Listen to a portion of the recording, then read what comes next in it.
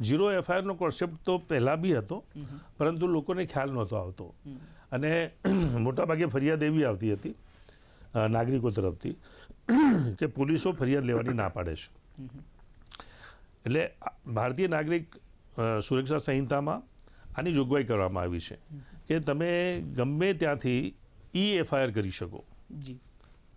તમને લાગે cognizable offence બન્યો છે અને મારે પોલીસ સ્ટેશન નથી જવું, તો આપના છે ને તે ઇન્ટરનેટના માધ્યમથી એફઆઈઆર કરી શકો. એ મને લાગે છે કે બહુ મોટી હરણફાળ છે ભારતીય કાયદાના ઇતિહાસની અંદર.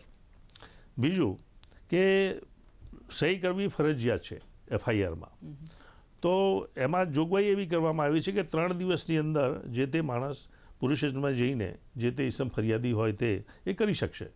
એટલે આખો ટેકનિકલ પોઈન્ટ, આખો ટેકનિકલ મુદ્દો છે ને તો સરળ રીતે છે ને તેને નિકાલ કરે છે કે એ કોઈ ટેકનિકલ પોઈન્ટ ઊભા ના કરી શકે. બીજું કે એફઆઈઆર કરવામાં ખરેખર તો છે ને તે ઝડપી એફઆઈઆર થવી જોઈએ. કાયદો એવો છે કે ડિલે જો એફઆઈઆર થાય તો ગુનાની છે ને તે ગંભીરતા ઓછી થઈ જાય છે.